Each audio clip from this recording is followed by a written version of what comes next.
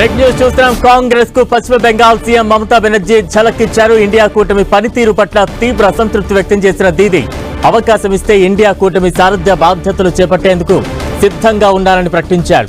పశ్చిమ బెంగాల్ ముఖ్యమంత్రిగా తన పాత్రను కొనసాగిస్తూనే ప్రతిపక్ష కూటమికి సారథిగా వ్యవహరిస్తారని దీదీ తెలిపారు. 2 బాధ్యతలను సమర్థవంతంగా నిర్వహిస్తారని చెప్పారు. ఇండియా కూటమిని తాను ఏర్పాటు చేశారని, అవకాశం ఇస్తే కూటమి సజావుగా నడిచేలా చూసుకుంటారని మమత చెప్పారు. బెంగాల్ నుంచే కూటమిని నడిపించగలనని పేర్కొన్నారు. మమతా బెనర్జీకి సమాజ్వాదీ పార్టీ మద్దతు ప్రకటించింది. దీదీ నేతృత్వం వహిస్తే ఇండియా కూటమి మరింత బలపడుతోందని తెలిపింది. ఈ అంశంపై చర్చలు జరుపుతామని పేర్కొంది.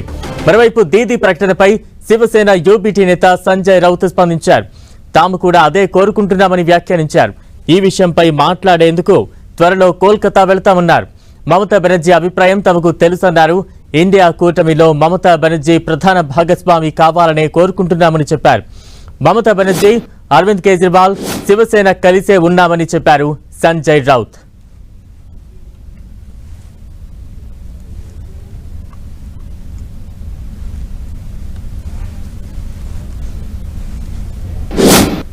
ममता जी की ये राय हमें मालूम है. हम सब चाहते हैं कि ममता जी इंडिया ब्लॉक की प्रमुख घटक रहे, हमारे साथ रहे, चाहे ममता जी हो, चाहे अरविंद केजरीवाल जी हो, हाँ, शिवसेना हो, हम सब लोग एक साथ है. कुछ थोड़े बहुत अगर मतभेद है, हम खुद कोलकाता में जाकर ममता दीदी से बात करने वाले हैं.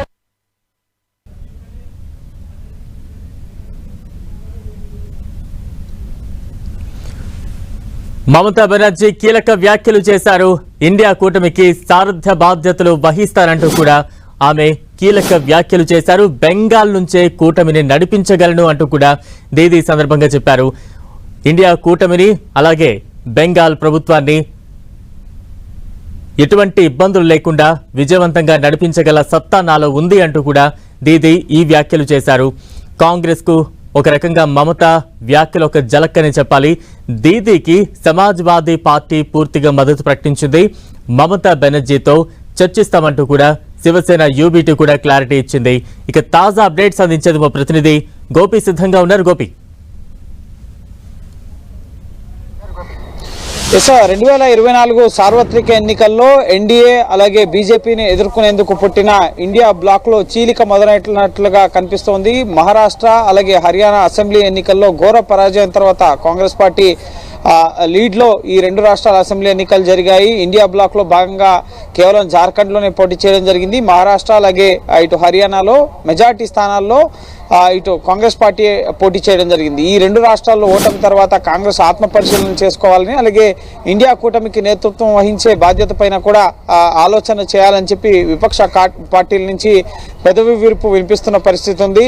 టీఎంసీ అధినేత్రి మమతా బెనర్జీ తాను సంసిద్ధంగా ఉన్నా అన్న అభిప్రాయాన్ని ఆమె వ్యక్తం చేయడం జరిగింది. అయితే భిన్న అభిప్రాయాలు వ్యక్తమవుతున్నాయి ఎవరు ఇండియా బ్లాక్ ని ముందుకు నడిపించాలి అన్న అంశం పైన. ఎందుకంటే గతంలో ఇండియా బ్లాక్ కన్వీనర్ గా బాధ్యతలు అప్పగించకపోవడంతోనే జేడీయూ అధినేత నితీష్ కుమార్ ఇండియా బ్లాక్ నుంచి బయటకు వచ్చి ఎన్డీఏకి మద్దతు తెలిపారన్న ఒక చర్చ కూడా నడిచింది. అయితే ఇప్పుడు తాజాగా ఈ అసెంబ్లీ ఎన్నికల్లో వరుస పరాజయాల తర్వాత ఇండియా బ్లాక్ మరింత బలహీనపడుతుంది.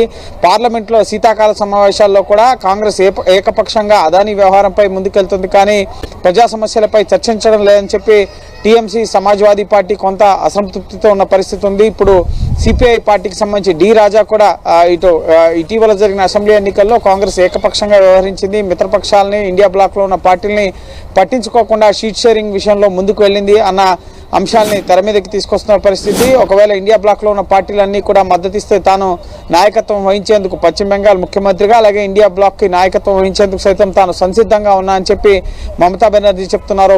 మరోపక్క సమాజ్వాదీ పార్టీ టీఎంసీ అధినేత్రికి అవకాశం ఇవ్వాలని చెప్పి సమాజ్వాదీ పార్టీ టీఎంసీని బలపరుస్తున్న పరిస్థితి. అయితే కాంగ్రెస్ దీన్ని పూర్తిగా వ్యతిరేకిస్తుంది. టీఎంసీ అధినేత్రిగా పశ్చిమ బెంగాల్ ముఖ్యమంత్రిగా ఆమె పార్టీ బాధ్యతలు చూసుకోవాలి, కానీ ఇండియా బ్లాక్ కు సంబంధించిన బాధ్యతలు ఆమె పూర్తి స్థాయిలో నిర్వహించలేరు అని చెప్పి కాంగ్రెస్ మమతా బెనర్జీ వ్యాఖ్యల్ని వ్యతిరేకిస్తున్న పరిస్థితి. మరోపక్క ఆర్జేడీ ఇప్పుడు నెక్స్ట్ 2025లో బీహార్లో ఎలక్షన్స్ రాబోతున్నాయి కాబట్టి so next key role India బ్లాక్లో బీహార్లో బలంగా ఉన్న ఆర్జేడీ, అక్కడ కాంగ్రెస్ అంతా బలంగా లేదు, ఆర్జేడీ అక్కడ బలంగా ఉంది కాబట్టి సో అసలు ఇండియా బ్లాక్ పుట్టుకకు పాట్నాలో మొదటి సమావేశానికి రూపకర్త ఎవరైనా ఉన్నారంటే అది లాలూ ప్రసాద్ యాదవే. కాబట్టి లాలూ ప్రసాద్ యాదవ్ దీన్ని ముందుకు నడిపిస్తారన్న అభిప్రాయాన్ని ఆర్జేడీ వ్యక్తం చేస్తున్న పరిస్థితి ఉంది. సో ప్రస్తుతం మమతా బెనర్జీ ఇండియా కూటమికి నాయకత్వం వహించాలన్న అంశంపై చర్చ జరగాలని చెప్పి సైతం సమాజ్వాదీ పార్టీ జాతీయ అధికారిక ప్రతినిధి ఇటు ఉదయ్ వీర్ సింగ్ మాట్లాడడం జరిగింది. దానికి ఎస్పీ నుంచి పూర్తి సహకారం ఉంటుందని చెప్పి కూడా ఉదయ్ వీర్ సింగ్ సమాజ్వాదీ పార్టీ జాతీయ అధికార ప్రతినిధి తెలియపరచడం జరిగింది. అలాగే కాంగ్రెస్ ఈ వరుస ఓటముల తర్వాత ఆత్మ పరిశీలన చేసుకోవాలని చెప్పి సిపిఐ జాతీయ ప్రధాన కార్యదర్శి డి రాజా కూడా చెప్తున్న పరిస్థితి ఉంది. ఎందుకంటే మహారాష్ట్రలో కానీ హర్యానాలో కానీ అలాగే జార్ఖండ్లో కూడా మెజార్టీ స్థానాల్లో కాంగ్రెస్ ఏ పార్టీకి ఎన్ని సీట్లు ఇటు ఎన్సీపీ శరద్ పవార్ కానీ శివసేన ఉద్ధవ్ ఠాక్రే వర్గం కానీ లేక కాంగ్రెస్ కానీ ఎవరు ఎన్ని సీట్లలో పోటీ చేయాలన్నది కాంగ్రెసే నిర్ణయించడం జరిగింది. కానీ వరుస ఓటములు పాలైన పరిస్థితి ఉంది. సో ప్రస్తుతం ఒక చీలిక అలాగే ఇండియా కూటమికి నాయకత్వం అంశం పైన ఒక చర్చ అనేది మొదలైంది. ప్రస్తుతం పార్లమెంటు సమావేశాలు జరుగుతున్న తరుణంలో కూడా వీళ్ళ మధ్య కోఆర్డినేషన్ అనేది కాంగ్రెస్ వినూత్న రీతుల్లో ఇటు పార్లమెంట్ లో నిరసనలు తెలుపుతున్నప్పటికీ ఇటు సమాజ్వాదీ పార్టీ టీఎంసీ కొంత దూరంగా ఉంటున్న నేపథ్యంలో సో చూడాలి ఇండియా కూటమి ఉనికి నెక్స్ట్ భవిష్యత్ కార్యాచరణ ఎవరు దీనికి నేతృత్వం వహిస్తారు, ఈ చర్చకు సంబంధించి కాంగ్రెస్ పార్టీ ఎటువంటి నిర్ణయం తీసుకుంటుందనేది మాత్రం ప్రస్తుతం చర్చనీయాంశంగా ఉంది. అలాగే పార్లమెంట్ సమావేశాల్లో కూడా కొంత ఐక్యత కూడా కనబడుతున్న పరిస్థితి కనబడుతుంది. సో చూడాలి ఏ విధంగా ఇండియా కూటమి ముందుకెళ్లబోతోంది, తమ ఉనికిని ఏ విధంగా కొనసాగించబోతోంది. నెక్స్ట్ ఢిల్లీ, అలాగే ఢిల్లీలో కూడా ఆమ్ ఆద్మీ పార్టీ కాంగ్రెస్ కి పొసగాని పరిస్థితి ఉంది కాబట్టి సో ఇక్కడ కూడా సీట్ షేరింగ్ విషయంలో పంచాయతీ వచ్చే అవకాశం ఉంది. బీహార్లో ఆర్జేడీ లార్జర్ పార్టీగా ఉంది కాబట్టి అక్కడ కాంగ్రెస్ కి ఆర్జేడీకి పంచాయతీ వచ్చే అవకాశం ఉంది కాబట్టి సో ఇండియా కూటమికి ఎవరు నేతృత్వం వహిస్తారో ఆ పార్టీని ఎవరు ముందుకు ఆ కూటమిని ఎవరు ముందుకు నడిపిస్తారు, అలాగే మమతా బెనర్జీ నాయకత్వాన్ని కాంగ్రెస్ సమర్థిస్తుందా లేక ఎటువంటి మార్పులు ఇండియా కూటమిలో రాబోతున్నాయనేది మాత్రం మనం వేచి చూడాలి. Right, thank you Gopi.